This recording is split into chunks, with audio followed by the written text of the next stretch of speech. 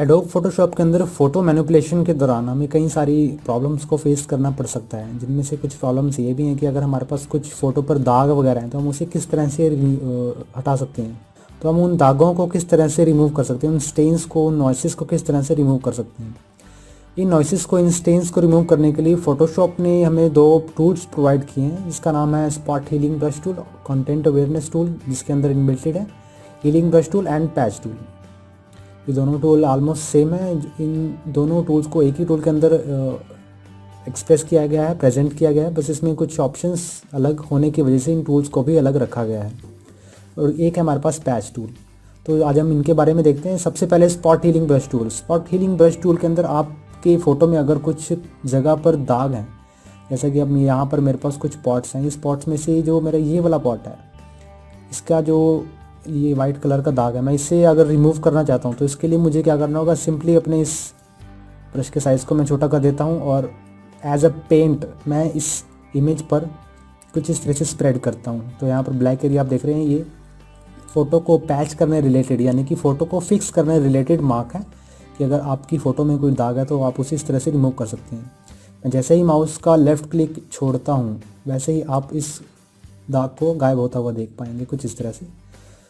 तो ये हमारे पास पैच टूल कुछ इस तरह से काम करता है। और भी कई सारे दागों को फ़ोटो मिक्सअप करके, यानी कि कुछ कलर कॉम्बिनेशंस को मिक्सअप करके इन छोटे मोटे दागों को भी मिक्स कर देता है, क्योंकि इस फ़ोटो के आसपास में भी दाग हमारे पास अवेलेबल हैं, इसीलिए आसपास के एरिया को पिक करता है। और आसपास में दाग होने की वजह से ही इस एरिया में भी हमारे पास कुछ स्टेन्स आ रहे हैं।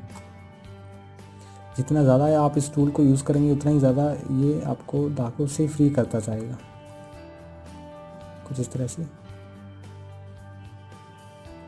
हीलिंग ब्रश की अपनी एक मेंटालिटी होती है इस टूल के अंदर। ये आसपास के कुछ एरिया को, आसपास के कुछ कलर रेंज को पिक करके उस दाग को फिल करने की कोशिश करता है।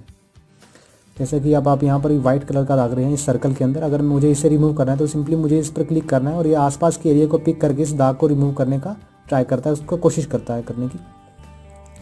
अगर आप चाहते हैं कि आप उसे हमारे पास ये ऑप्शन इसलिए अवेलेबल है क्योंकि मेरे पास यहाँ पर कंटेंट अवेयरनेस नाम का ऑप्शन विजिबल है, यानी कि आसपास का जो कंटेंट है ये उससे अवेयर है, उसे पता है कि आसपास कौन सा एरिया है जिस एरिया के अंदर मैं उस दाग को मिक्सअप कर सकता हूँ और उस दाग को हटाने की कोशिश कर सकता हूँ। ये फोटोशॉप के टूल के अंदर इनबिल्टेड है।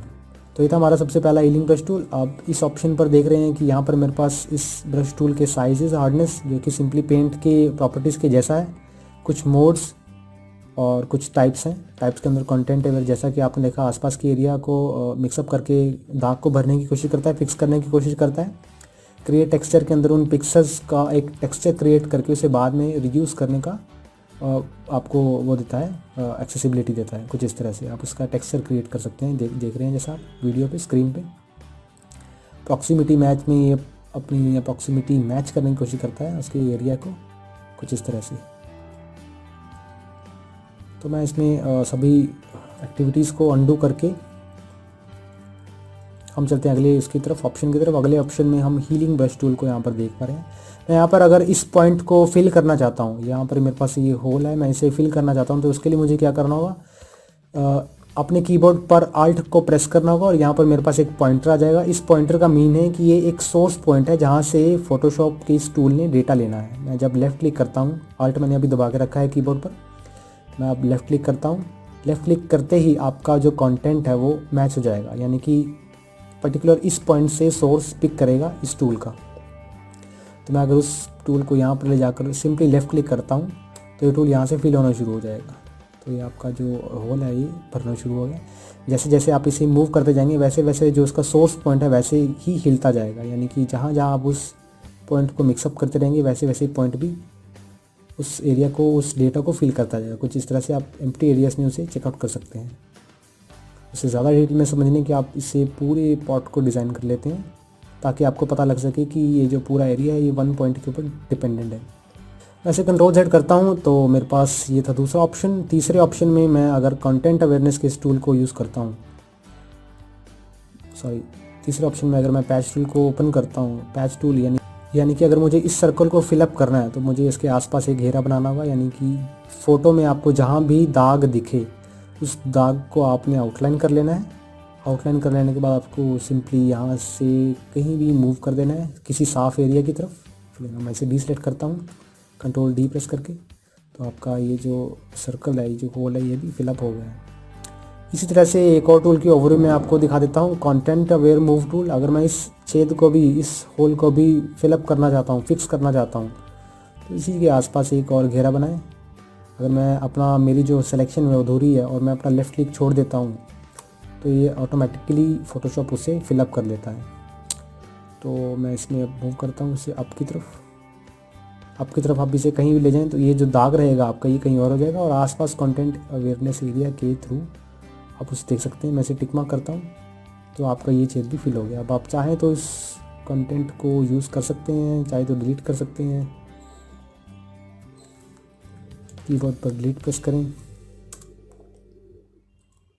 ऐसे ही राइट क्लिक करके कलर रेंज आप इस एरिया को कहीं भी रख सकते हैं और इरेजर के थ्रू एक इसे नई लेयर में कन्वर्ट कर सकते हैं। नहीं यार कंटेंट, तो आपका ये छेद भी जो है वो फिल हो चुका है। इस छेद को आप बिल्कुल ज़ीरो कर दें ताकि आपको दिखे ही ना, कुछ इस तरह से। एंड देन चलते हैं स्पॉट हीलिंग टूल और ये आपका फिल हो गया कुछ इस तरह से। तो ये थे टूल्स जिससे आप अपनी फ़ोटो में छोटे मोटे दागों को फिलअप कर सकते हैं सिंपली क्लिक से, और ये आसपास के एरिया को भी ऐसे ही पिक कर लेगा। अगर आप चाहते हैं कि आपका एक ही एरिया से सब पिक करे, यानी कि अगर आप चाहते हैं कि इस लेयर पर सभी चेंजेस ना होकर मैं एक नई लेयर क्रिएट करता हूँ, इसमें नई लेयर पर सभी चेंजेस हों, तो उसके लिए मुझे करंट एंड बिलो लेयर, इसे मैं बिलो करता हूँ, यानी कि इसे अनलॉक करने के बाद इस लेयर के नीचे की सभी लेयर्स पर जो एक्टिविटीज़ हमें वो शो होनी शुरू हो जाएंगी। ऐसे क्लिक करता हूँ एंड देन इसे फिलअप करता हूँ, इसे फिलअप करता हूँ कुछ इस तरह से। एंड जब आप इसे हाइड करते हैं तो आप इसके चेंजेस को देख पाएंगे।